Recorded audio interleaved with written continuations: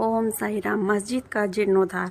जिस प्रकार उर्सैया मेला लगाने का विचार प्रथमतः श्री गोपाल गुंड को आया था, उसी प्रकार मस्जिद के जीर्णोद्धार का विचार भी प्रथमतः उन्हें ही आया।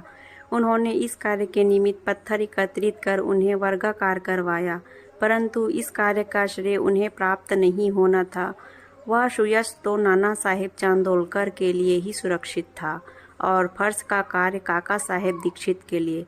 प्रारंभ में बाबा ने इन कार्यों के लिए स्वीकृति नहीं दी, परंतु स्थानीय भक्त महालसापति के आग्रह करने से बाबा की स्वीकृति प्राप्त हो गई और एक रात में ही मस्जिद का पूरा फर्श बन गया। अभी तक बाबा एक टाट के टुकड़े पर ही बैठते थे। अब उस टाट के टुकड़े को वहां से हटाकर उसके स्थान पर एक छोटी सी गद्दी बिछा दी गई। सन 1911 में सभा मंडप में भी घोर परिश्रम के उपरांत ठीक हो गया। मस्जिद का आंगन बहुत छोटा था तथा असुविधाजनक था। काका साहेब दीक्षित आंगन को बढ़ाकर उसके ऊपर छप्पर बनवाना चाहते थे। यथेष्ट द्रव्य राशि व्यय कर उन्होंने लोहे के खंभे, बल्लियां व कैंचियां मोल ली और कार्य भी प्रारंभ हो गया। दिन रात परिश्रम कर भक्तों ने लोहे के खंभे जमीन में गाड़े। जब दूसरे दिन बाबा चावड़ी से लौटे, उन्होंने उस खंभे को उखाड़ कर फेंक दिया और अति क्रोधित हो गए। वे एक हाथ से खंभा पकड़कर उसे उखाड़ने लगे और दूसरे हाथ से उन्होंने तात्या का साफा उतार लिया और उसमें आग लगाकर गड्ढे में फेंक दिया। बाबा के नेत्र जलते हुए अंगारे के सदृश लाल हो गए। किसी को भी उनकी ओर आंख उठाकर देखने का साहस नहीं होता था।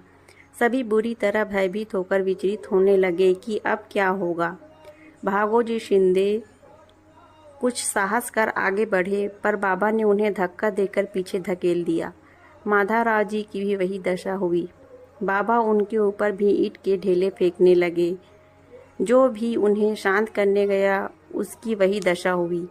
कुछ समय के पश्चात क्रोध शांत होने पर बाबा ने एक दुकानदार को बुलाया और एक जरीदार साफा खरीदकर अपने हाथों से उसे तात्या के सिर पर बांधने लगे, जैसे उन्हें विशेष सम्मान दिया गया हो।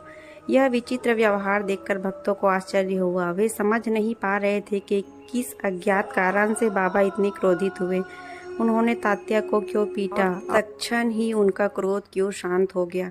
बाबा कभी कभी अति गंभीर तथा शांत मुद्रा में रहते थे और बड़े प्रेम पूर्वक वार्तालाप किया करते, परंतु अनायास ही बिना किसी गोचर कारण के वे क्रोधित हो जाया करते थे।